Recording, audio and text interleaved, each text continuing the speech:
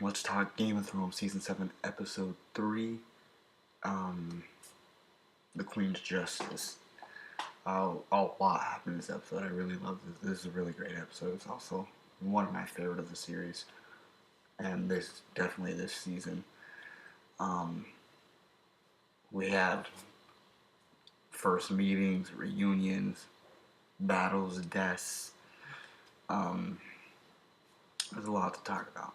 First, we're to start with the beginning of the episode. Jon Snow and Sir Davos landing on the beaches of Dragonstone and being greeted by Missandei and Tyrion, and taken up to Daenerys by Dothraki guards. And they walk in, and you get chills, man. It's really cool to see these two finally meet, and it went very. The scene was very well written. It was amazing. She had thought Jon Snow was coming there to bend the knee. She was telling him to bend the knee, and Jon was like, "I will not bend the knee, but I still need your help." And she's like, "Really? You want me to help, but you won't bend the knee to me?" And these are two very strong characters, and they refuse to bow down to each other, and it was very, very great scene. Um, and he was like, our houses work together, and your house swore an oath to me. And he's like, I'm not a Stark. I have no reason to hold or keep by an oath that my ancestors made, and that's oath was gone and broken when your father burned my uncle and burned my grandfather alive. So it was very, very interesting scene to see, and a very, very great scene.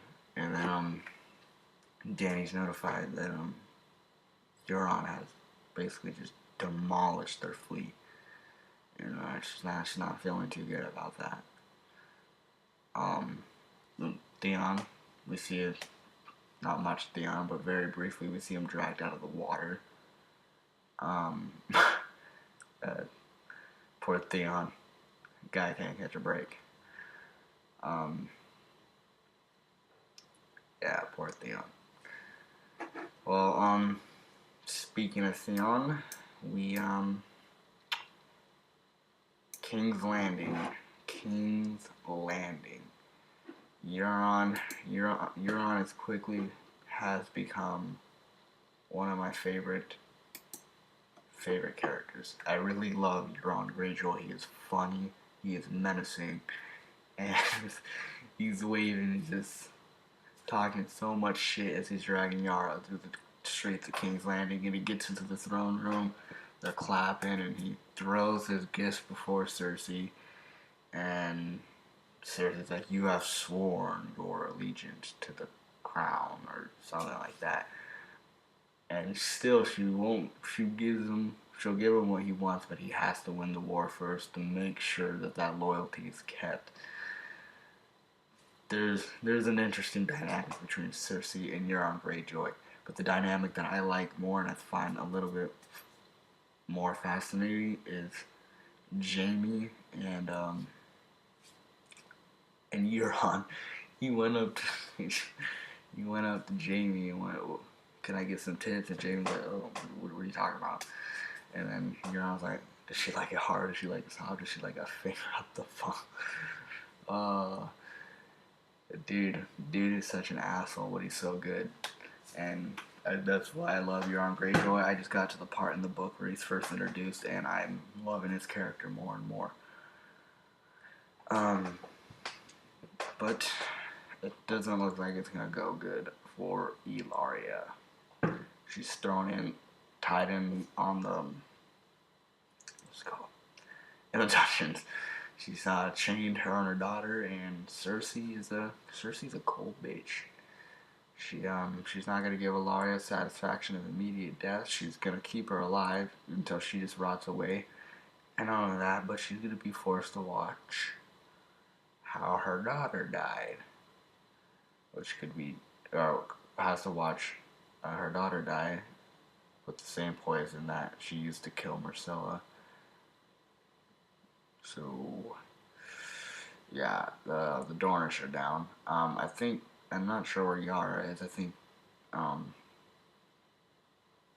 Euron held on to her, but yeah, then Danny's already lost a good portion of that army already. And they never even made it to Dorne, so that's the sad part. And and she throws some shade about Oberyn, so. But on a happier note, we have a reunion in the North. Sansa, she's running Winterfell, trying to keep things going, and she gets some pretty cool advice from Littlefinger: fight every battle everywhere in your mind. That's some knowledge, son. And but basically, the reunion we finally see. Initially, your first thought is Arya, but no, it's not Arya. Arya wasn't even in this episode. But we see a reunion between Brandon Stark and Sansa, and it was a very, very nice moment. The theme of the Starks playing, and you can feel the emotion. I don't think they haven't interacted since the first season, if I remember correctly. So it has been a very long time, and I can't wait till Arya gets there because that's gonna be the one I'm waiting for. But anybody else think that Bran seemed really high in this episode? Like he seemed stoned. He seemed very, very emotionless. But they talk in the forest, and she's a little freaked out by it. She doesn't know what he's like. He's like, I'm the three-eyed raven. She's like, nigga, what the fuck are you talking about? Like, boy. And then he's like, I can't explain it, but I can see everything, everywhere. And he starts to describe the night of her wedding to Ramsay Bolton, and she's a little freaked out, and she runs away. So, yeah. But, it was good to see that reunion between. There's another Stark in Winterfell now. It's good to know. And he was hoping that Jon would be there to talk to him. I wish Jon was there too. So I don't know when is Jon gonna find out about his lineage. I need to see this happen already. I want to know how that changes things. But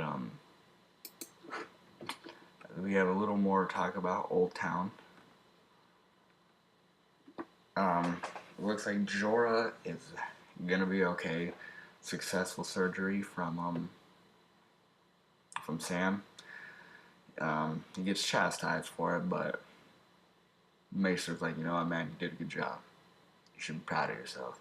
And he doesn't get expelled from the Citadel, so Sam gets a win, which is good because his character needs a win. Sam's a good guy. He's a good guy. He's really come far as a character. And then Tyrion talks to Jon on a cliff. Both telling him, look, you can't just show up here to a man she doesn't know and ask for this, and then on top of it not bend the knee. It's something unreasonable asking, and what she's asking of you is unreasonable. So you need to find a middle ground. And he said, I'll talk to her about the dragon glass. And he goes to Daenerys, look, you didn't even know what was here, so it can't mean anything, and it could help progress this relationship with Jon. So Daenerys and Jon talk, and just like Jon, she lets Jon mine the dragon glass, but she necessarily still doesn't believe Jon about the army of the dead. Oh, and I forgot to mention the scene between Varys and the Red Woman. That was a great scene too. Very great scene. Some verbal sparring going on there. Some fire shit. But moving on past the dragon glass, we know that Jon can mine the dragon glass now, thanks to Daenerys. But in the Westerlands, we have the attack on Casterly Rock, which was a very cool sequence, even if it was not in full spectacle, I guess, or a full sequence like we saw for the battle last episode. But this is why I love Tyrion. But there's a secret code. The rock has never fell because it was impregnable, and then I like how Tyrion calls back to, I believe, the first season when he was captured and being taken to the Bell and said it never been impregnated. And Bronn went, "Give me 10 good men and some ropes and I'll impregnate the bitch." I love that callback.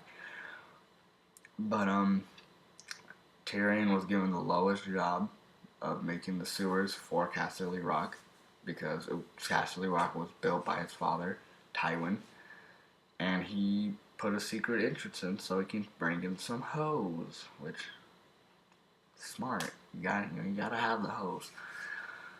But now it has backfired for Tywin Lannister because now the Unsullied impregnate Casterly Rock. They get over the walls, they kill the Lannisters, and it seems like all is one. But then Grey Worm realizes something. There's not enough of the Lannisters there. It was too easy. And that's when they realize they've stumbled into a trap.